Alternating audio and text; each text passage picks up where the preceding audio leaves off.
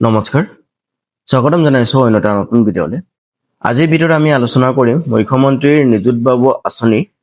Form fill up আপোনালোকে কেনেকৈ কৰিব পাৰিব এখন আপোনালোকে চাব পাৰে ফৰ্ম এখন ফৰ্ম আপোনালোকে ডিটেইলি কেনেকৈ ফিলআপ কৰিব সম্পূৰ্ণ প্ৰচেছটো আপোনালোকক আজি কম ইয়াত আপোনালোকে চাব পাৰে ইউজি আৰু পিজি ষ্টুডেণ্টে এই আঁচনি লাভ কৰিব আৰু আপোনালোকে নিশ্চয় গম পায় এই আঁচনিটো কেইদিনমান আগতে বন্ধ হৈ গৈছিলে ইলেকশ্যনৰ পাছতে সো পুনৰ মুকলি কৰি দিছে 6 তাৰিখৰ পৰা ফৰ্ম ফিলআপ আৰম্ভ হৈছে আৰু অফিচিয়েল যি ৱেবছাইট হয় হেতু লঞ্চ কৰাৰ কথা ঘোষণা কৰিছে সো এতিয়ালৈকে লঞ্চ কৰা নাই যেতিয়া লঞ্চ কৰিব আপোনালোকক তাৰ ডিটেইলছ ভিডিও মই দিম গতিকে আপোনালোকে চেনেলটো সাবস্ক্ৰাইব কৰি ৰাখিব ইয়াতে আপোনালোকে দেখা পাইছে গভৰ্ণমেণ্ট অফ আসাম মুখ্যমন্ত্ৰীৰ নিযুত বাবু আঁচনি ইয়াতে আপোনালোকে চাব পাৰে a financial assistant for male student এটো পুৰুষৰ বাবে হয় কাৰণ বাবু আঁচনিটো কথা আমি ডিসকাস কৰি আছো for male student from economically weaker families studying in gov আৰু provincialized institution for UG and PG first year student তো ইয়াতে আপোনালোকে দেখা পাইছে এটা আপোনালোকে দুটা ফৰ্ম পাই যাব application for UG first year BA BSc BCom আৰু PG ৰো পাই যাব তলত আছে PG টো দেখা পাইছে সো সেমে হ'ব প্ৰসেছটো ইয়াতে মই আপোনালোকক এটা দেখালে হৈ যাব ইয়াতে প্ৰথমতে আপোনালোকে দেখা পাইছে পাৰ্সোনাল ইনফৰমেশন আপোনালোকে দেখা পাইছে প্ৰথমতে আহিছে নেম অফ ষ্টুডেণ্ট ইয়াতে ষ্টুডেণ্টৰ নামটো লিখিব লাগিব তাৰ পাছতে মেৰিটেল ষ্টেটাস কিছুমান অলৰেডি মেৰিড থাকে সেইবোৰ মেৰিট দিব আৰু যিবোৰ সিঙ্গল হয় সিঙ্গল দিব ঠিক আছে 3 নম্বৰত ডেট অফ বাৰ্থটো আধাৰ কাৰ্ড পান কাৰ্ড যেনেকৈ আছে তেনেকৈ ইয়াতে লিখিব 4 নম্বৰত আহিলে name of father or mother's যিকোনো এজনৰ নাম লিখিলে হৈ যাব ঠিক আছে আৰু 5 নম্বৰ দেখা পাইছে ৰিলিজিয়ন হিন্দু মুসলিম শিখ খ্ৰীষ্টান যি হয় এটা আপোনালোকে ইয়াতে ইন্ডিকেট কৰি দিব লিখিব ঠিক আছে আৰু ইয়াতে 6 নম্বৰত মোবাইল নাম্বাৰ যেটো আপুনি চলাই থকা মোবাইল নাম্বাৰ হয় লিখি দিব ঠিক আছে আৰু এড্ৰেছত দেখা পাইছে আপোনালোকে ভিলেজ অৰ টাউন অৰ সিটি পিন কোডটো ম্যান্ডেটৰি লিখিব লাগিব আৰু ব্লক অৰ মিউনিসিপাল অৰ টাউন কমিটি আপোনাৰ গাঁও পঞ্চায়ত হয়নে মিউনিসিপাল হয়নে বা টাউন কমিটি হয় হেতু আপোনালোকে লিখিব বা ব্লকটো আপোনালোকে লিখিব যদি গাঁও পঞ্চায়ত হয় ঠিক আছে আপোনাৰ ব্লকৰ নামটো লিখিব আৰু ইয়াতে পুলিশ ষ্টেচন আৰু ডিস্ট্ৰিক্ট লিখিব আৰু এটা আপোনালোকে দেখা পাইছে 8 নম্বৰত আধাৰ নং if available obviously Aadhaar card সকলোৰে থাকিব ম্যাক্সিমামৰ থাকিব কিছুমানৰ নাথাকিব পাৰে সো আধাৰ কাৰ্ড নাম্বাৰটো ইয়াতে আপোনালোকে এন্টাৰ কৰিব তাৰ পাছতে 9 নম্বৰত আপোনালোকে দেখা পাইছে নেম অফ ব্লেক ইয়াতে কিছুমানে ভুল কৰি দিয়ে আপোনাৰ যোনটো কনস্টিটুৱেন্সি এছেম্বলি বা আপোনাৰ সমষ্টিৰ নামটো ইয়াতে দিব প্লাস আপোনাৰ যি সমষ্টিৰ নাম্বাৰটো থাকে বিধানসভা সমষ্টিৰ নাম্বাৰ থাকে হেতু নাম্বাৰটো আপোনালোকে লিখি দিব ঠিক আছে 10 নম্বৰত আপোনালোকে দেখা পাইছে অপটেড ফৰ বিকে মেৰিট এৱাৰ্ড ইয়াতে আপোনালোকে ইয়েস অৰ নো দিব লাগে এইটো কথাটো আপোনালোকে বুজি লওক বিকে এৱাৰ্ড মানে কি হয় হায়াৰ সেকেন্ডাৰী যি সকলে 80% মাৰ্কস পাইছে 80% মাৰ্কস যি সকলে পাইছে তেখেতলোকে স্কুটি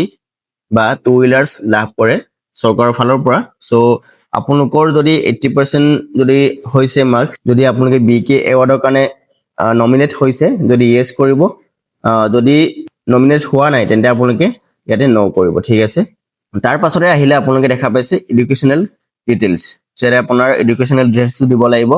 এটা প্ৰথমতে আহিছে name of the institution from which pass আপুনি কোনখন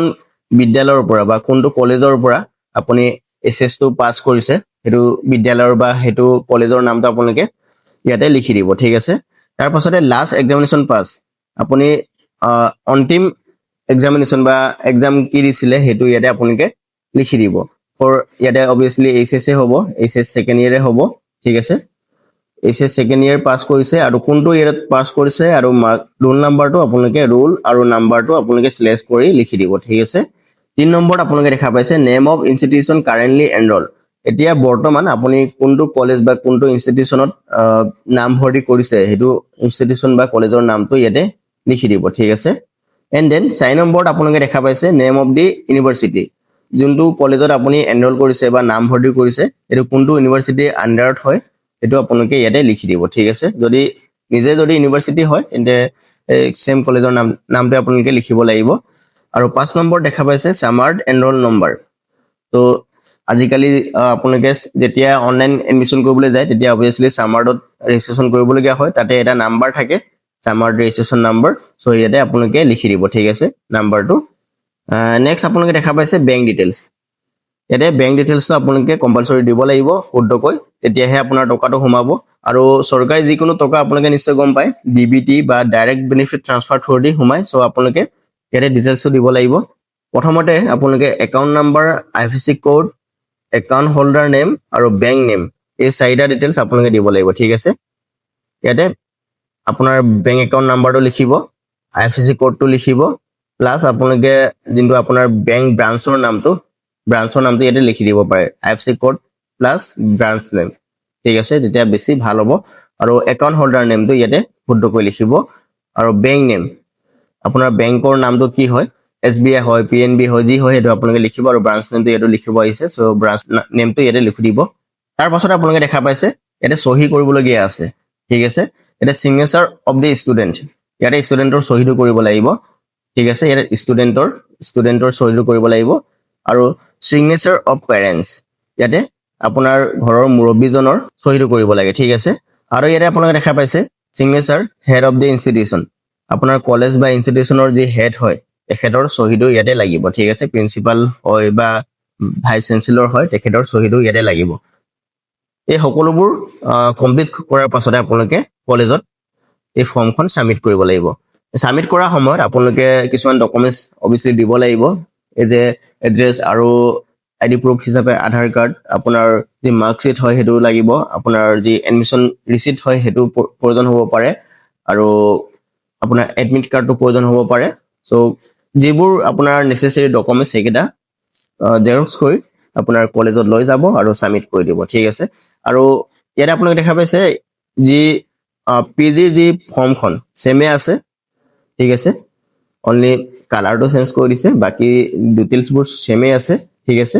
তো বন্ধু বান্ধৱীসকল, এনেকৈ আপোনালোকে মুখ্যমন্ত্ৰীৰ নিযুত বাবু আঁচনিৰ ফৰ্মখন ফিল আপ কৰিব পাৰিব। ভিডিঅ'টো যদি আপোনালোকৰ ভাল লাগিলে এটা লাইক কৰিব, লগতে চেনেলত যদি নতুন তেন্তে আপোনালোকে চেনেলটো ছাবস্ক্ৰাইব কৰি ৰাখিব। তেন্তে আজি ভিডিঅ'টো আমি ইমানতে সামৰণি মাৰিছোঁ। আমি অন্য এটা গুৰুত্বপূৰ্ণ ভিডিঅ'তে লগ পাম, তেতিয়ালৈকে ধন্যবাদ। জয় অসম, বন্দে মাতৰম।